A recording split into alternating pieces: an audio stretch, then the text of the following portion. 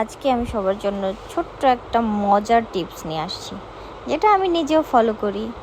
হ্যাঁ, সেটা কি জানেন? আজকে আমরা ছোট্ট যে টিপসটা শেয়ার করব সবার সাথে, সেটা হচ্ছে খাবার খাওয়ার পর কী করে পেটের ভাত হজম করতে হয়, খাবার হজম করতে হয়।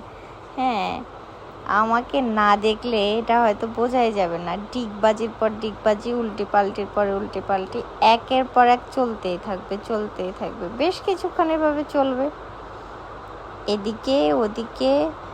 হ্যাঁ, ছাদটা কোনো রকম যদি একটুখানি খোলা পাওয়া যায়, সারাদিন পাহারার পরে মাম্মা একটুখানি ছাদটা খুলেছে, যেই না খুলেছে ছাদ, টুক করে ছাদে, মাম্মা আসার আগেই আমরা ছাদে সবাই মিলে, বাস এখানে গোল টেবিল শুরু হয়ে গেছে।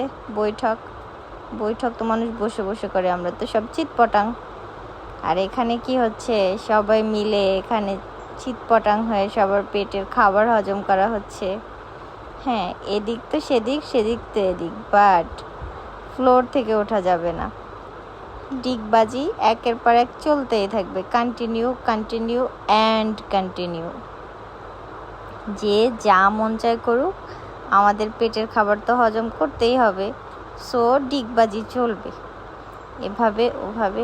সামনে এটা কি পোকা মাছি, যা হয় হোক, কোনো কিছুর দরকার নেই, এখন জাস্ট ডিগবাজি চলবে। কে কী করতেছে একটু খেয়াল রাখাও দরকার। ওদিকে টিউ কোথায় গেল, মিউ কোথায় গেল, সেখানে একটু পার্টিসিপেট করাটাও দরকার আছে। গাছপালাগুলোর 12টা তো একটুখানি বাজানো দরকার।